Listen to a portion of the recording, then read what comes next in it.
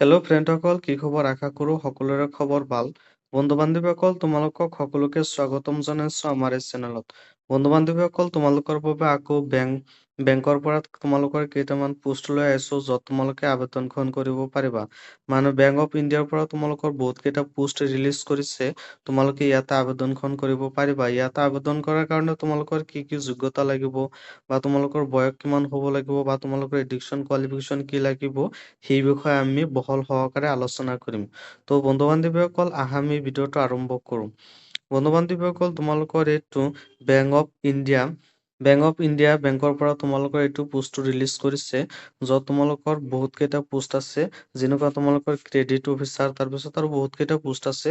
আমি পোষ্টৰ বিষয়ে বা কেটেগৰী ৱাইজ তোমালোকৰ পোষ্টৰ বিষয়ে আলোচনা কৰিম, আৰু ক'ত কিমান যোগ্যতা লাগিব আৰু ক'ত কিমান বয়স লাগিব সেইটোৰ বিষয়ে আমি আলোচনা কৰিম। তো বন্ধু-বান্ধৱীসকল, আমি ভিডিঅ'টো ভালকৈ আৰম্ভ কৰোঁ। ইয়াতে যদি তুমি আবেদনখন কৰা, তেতিয়াহ'লে তোমালোকৰ প্ৰথমতে এটা কথা কৈ থৈ যাওঁ, তোমালোকৰটো লাষ্ট ডেট হৈছে 5/1/2026। এতিয়া আমি পোষ্টৰ বিষয়ে আলোচনা কৰোঁ, ক'ত কিমানটা পোষ্ট আছে। মানে তোমালোকৰ ক্ৰেডিট অফিচাৰৰ ভিতৰতে পোষ্টখিনি তোমাৰ ৰাখিছে, য'ত তোমালোকৰ পোষ্ট আছে 514টা। মানে তোমালোকৰ 514টা তোমালোকৰ পোষ্ট আছে, যেনেকুৱা তোমালোকৰ তাৰে ভিতৰত তোমালোকৰ স্কেল ৱাইজ তোমালোকৰ ভেকেঞ্চি বিলাক হৈছে, যেনেকুৱা MMGS, তাৰ তাত তোমালোকৰ পোষ্ট আছে 418টা। তাৰপিছত MMGS থাৰ্ড গ্ৰেড, তাত তোমালোকৰ পোষ্ট আছে 60টা। তাৰপিছত SMGS তোমালোকৰ পোষ্ট আছে 36। MMGS2 তাত যদি তুমি আবেদন কৰা, তেতিয়াহ'লে তোমালোকৰ মানে MMGS ছেকেণ্ড গ্ৰেডত যদি তুমি আবেদন কৰা, তেতিয়াহ'লে তোমালোকৰ বয়স 25ৰ পৰা 35ৰ ভিতৰত থাকিব লাগিব। তেতিয়াহে তুমি ইয়াতে আবেদনখন কৰিব পাৰিবা। আৰু ইয়াতে যদি এডুকেশ্যন কোৱালিফিকেশ্যনৰ বিষয়ে আলোচনা কৰোঁ, তেতিয়াহ'লে তোমালোকৰ কোনোবা এটা ইউনিভাৰ্চিটিৰ পৰা তোমালোকৰ গ্ৰেজুৱেট পাছ কৰিব লাগিব। লগতে তোমালোকৰ 55ৰ পৰা 60% তোমালোকৰ ইয়াতে ৰাখিব লাগিব। মানে তোমালোকৰ য'ত গ্ৰেজুৱেট পাছ কৰিছা, তাত তোমালোকৰ 55ৰ পৰা 60% তোমালোকৰ থাকিব লাগিব। তেতিয়াহে তোমালোকে আবেদনখন কৰিব পাৰিবা। যেনেকুৱা তোমালোকৰ ST, OBC, PWDৰ বাবে তোমালোকৰ 55% ইয়াতে ধৰি দিছে, আৰু বাকী বিলাকৰ বাবে 60% ধৰি দিছে। সেয়েহে তোমালোকে যদি ইয়াতে আবেদন কৰা, তেতিয়াহ'লে তোমালোকৰ 55ৰ পৰা 60% তোমালোকৰ ইয়াতে থাকিব লাগিব। তেতিয়াহে তুমি MMGSৰ যিটো পোষ্ট আছে, তাত তুমি আবেদনখন কৰিব পাৰিবা। তাৰপিছত MMGS থাৰ্ড গ্ৰেডৰ যিটো পোষ্ট আছে, তাত তোমালোকৰ বয়স লাগিব 28ৰ পৰা 30 ইয়াৰ্ছলৈকে। আৰু ইয়াতে তোমালোকৰ এডুকেশ্যন কোৱালিফিকেশ্যন লাগিব। কোনোবা এটা ইউনিভাৰ্চিটিৰ পৰা তোমালোকৰ ডিগ্ৰী পাছ কৰিব লাগিব, আৰু লগতে 60% মাৰ্ক তোমালোকে কেৰি কৰা থাকিব লাগিব।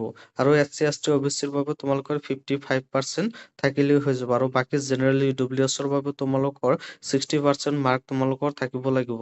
তোমালোকে যিকোনো এটা ইউনিভাৰ্চিটিৰ পৰা পাছ নকৰা কিয়, তোমালোকৰ জাষ্ট 60% বা তোমালোকৰ 55% মাৰ্ক থাকিব লাগিব। তেতিয়াহে তুমি ইয়াতে আবেদনখন কৰিব পাৰিবা।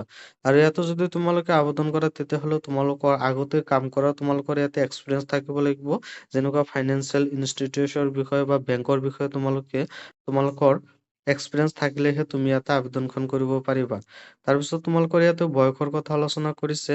তোমালোকে ইয়াতে যদি আবেদন কৰা, তেতিয়াহ'লে 30 বছৰৰ পৰা 40 বছৰ হ'লে তোমালোকৰ ইয়াতে হৈ যাব। তাৰপিছত তোমালোকৰ SMG 4 গ্ৰেডৰ য'ত পোষ্ট আছে, তাত তোমালোকৰ এডুকেশ্যন কোৱালিফিকেশ্যন কি লাগিব? তোমালোকৰ একেই গ্ৰেজুৱেট পাছ কৰিব লাগিব, আৰু 60% মাৰ্ক থাকিব লাগিব, আৰু SC, ST, OBC আৰু PWDৰ বাবে 55% থাকিলেই হৈ যাব। তাৰপিছত তোমালোকৰ নাইবা MBA, PG, DPM, তাৰপিছত ইনষ্টিটিউচন বৰ্ডৰ পৰা তোমালোকে যিকোনো এটা ডিগ্ৰী পাছ কৰিলেও হৈ যাব, নাইবা তোমালোকৰ মাষ্টাৰ ডিগ্ৰী পাছ কৰিলেও হৈ যাব। মানে তোমালোকৰ ইয়াতে বহুত কেইটা যোগ্যতা দিছে। তোমালোকৰ যিটো যোগ্যতা আছে, সেই যোগ্যতা অনুসৰি তোমালোকে ইয়াতে আবেদনখন কৰি লৈ ল'ব পাৰিবা। তাৰপিছত তোমালোকৰ ইয়াতে যদি ফিছৰ কথা আলোচনা কৰো, তেতিয়াহ'লে SC, ST, PWDৰ বাবে 175 টকা তোমালোকৰ ইয়াতে ফিছ আহিব।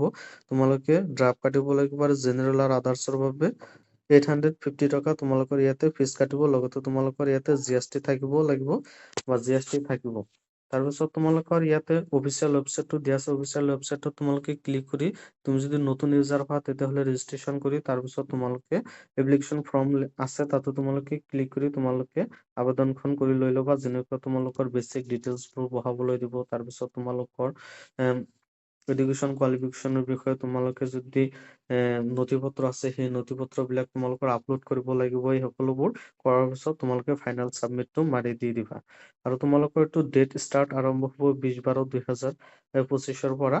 মানে তোমালোকৰ 20 ডিচেম্বৰৰ পৰা এইটো আৰম্ভ হ'ব। তোমালোকে সোনকালে আবেদনখন কৰি লৈ ল'বা। আৰু তোমালোকৰ মনত কিবা প্ৰশ্ন থাকিলে তোমালোকে কমেন্ট কৰিব পাৰা।